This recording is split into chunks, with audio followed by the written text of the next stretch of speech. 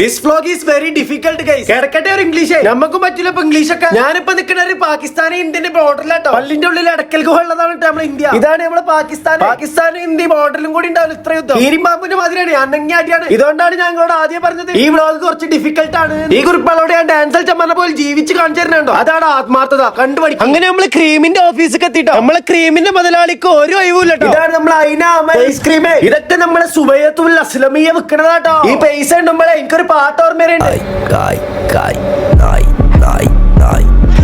1000 പീസൊക്കെ ആണ് കേട്ടോ ഒരു ദിവസത്തെ ഷിപ്മെന്റ്. പടച്ചോൻ ബർക്കത്ത് കൊടുക്കട്ടെ ആമീൻ. അങ്ങനെ നമ്മൾ ഫുഡ് അടിക്കാനായിട്ട് മലബാർ തട്ടുകടയൊക്കെ നിങ്ങൾ വിചാരിക്കുന്നുണ്ടാവും ഞാൻ പാലപ്പി ഹൗസ് ബോട്ടിലാണ്. അപ്പൊ നമുക്കുള്ള സ്പെഷ്യൽ സാധനം ഇവനാണെങ്കിൽ തിജും മൊയ്യും കൊണ്ടൊരു കടൽക്കൂട്ട് കീ ഓപ്പൺ ചെയ്തിരിക്കട്ടോ. ഓപ്പൺ ചെയ്തപ്പോ നല്ല അടിപൊളി സ്മെല്ല് കഴിക്കാൻ കൊത്തിയാവുന്നുണ്ട്. ഇതിലിപ്പോ ഉള്ളതെന്ന് വെച്ചാൽ ക്രാബ് ഉണ്ട്, അതേപോലെ പ്രോൺസ് ഉണ്ട്, കല്ലുമുക്കായ ഉണ്ട്, കിങ് ഫിഷ് ഉണ്ട്, സ്കിഡ് ഉണ്ട്, എല്ലാം ഉണ്ട്.